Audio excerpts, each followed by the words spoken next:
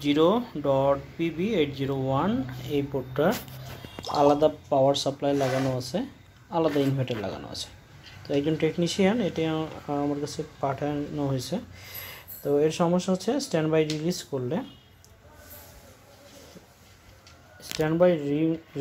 করলে স্ক্রিনে যে সমস্যাটি আসে সেটা হচ্ছে স্ট্যান্ড বাই রিলিজ করলে আমাদের স্ক্রিনটি, আমাদের টেস্টিং প্যানেল, এটা চেকিং প্যানেল, ছাত্ররা এখানে চেকিং করে বিভিন্ন মাদারবোর্ড। তো এখানে উইন্ডোজ শেয়ারটা আসে স্মার্ট টিভি।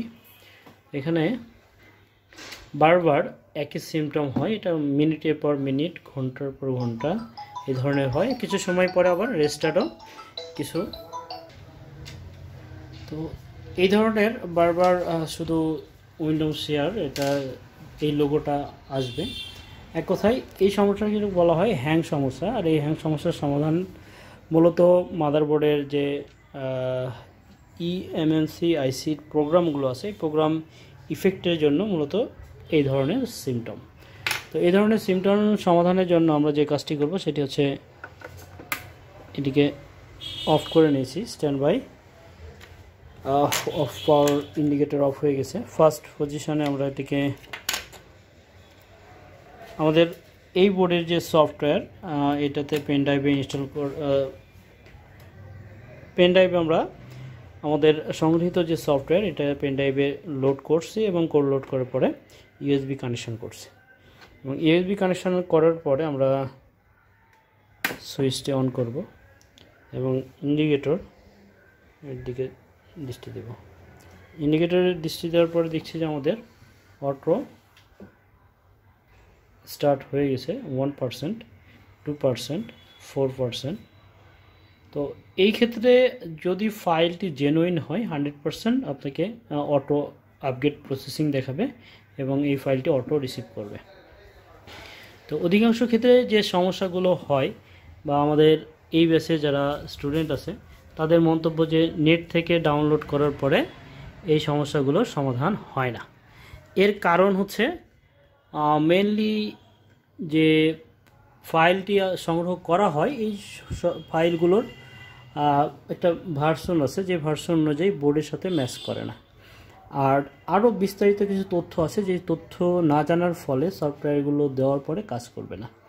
তো ফ্রেন্ড, যারা এই ধরনের ইস্যুতে ভুগে থাকেন তারা যোগাযোগ করতে পারেন আমাদের স্ক্রিনের নাম্বারে নিজেকে আপডেট করার জন্য। আমাদের এখানে panel, motherboard, power supply all বিষয়ে ফুল থিওরিক্যাল প্লাস প্র্যাকটিক্যাল ট্রেনিং করানো হয়। তো আমাদের 70% সফটওয়্যার আপলোড হয়েছে আপগ্রেডিং। আমরা কিছু সময় অপেক্ষা করব এবং এটা 100% কমপ্লিট হওয়ার পরে আমরা যে আমাদের যে লোগো হ্যাং সমস্যাটি ছিল এই সমস্যার সমাধান দেখব।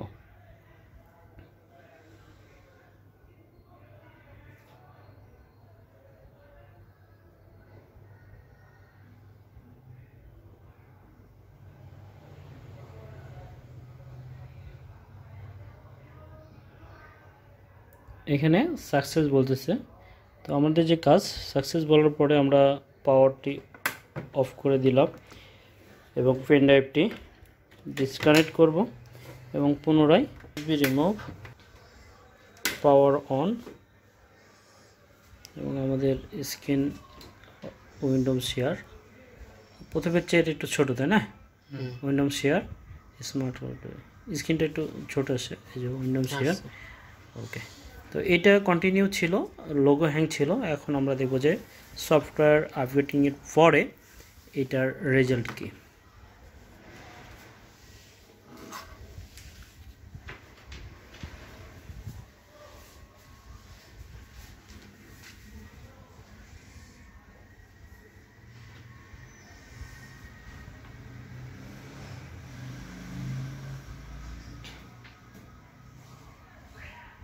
ফার্স্ট টাইম, প্রথমবার রান হতে কিছু সময় নেয়, এটা 1 মিনিটের মতো সময় নেবে, 1 থেকে 1.5 মিনিট। আচ্ছা, complete. Next, network setting, next, start scan দরকার নাই আমার অটো সার্চের, আমি অটো সার্চ ক্যান্সেল করে দিব। জাস্ট আমার লোগো হ্যাং সমস্যা ছিল, এটা সমাধান জন্য আমার কাছে বোর্ডটি এসছে আমার পাশের এলাকা থেকে। আমাদের যে লোগো হ্যাং সমস্যা ছিল এটি এখন পারফেক্ট সলিউশন হয়েছে, তাই না?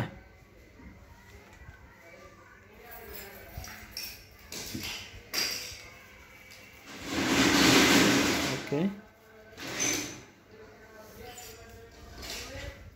তো আমাদের লোগো হ্যাং যে সমস্যাটি ছিল সেটি এখন পারফেক্ট। আমরা সঠিক ফাইল চিনে জানার পরে এইখানে ফাইলটি আপলোড করছি এবং 100% সফটওয়্যারটি রিসিভ করছে।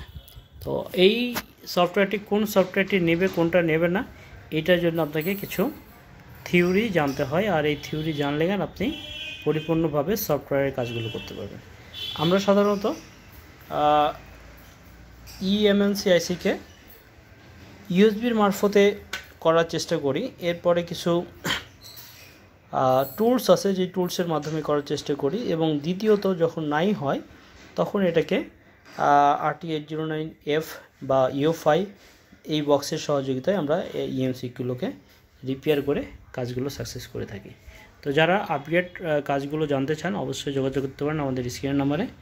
দেখা হবে নেক্সট কোনো টপিকে নতুন কোনো কাজ নিয়ে, সেই পর্যন্ত বিদায়, সকলকে ধন্যবাদ।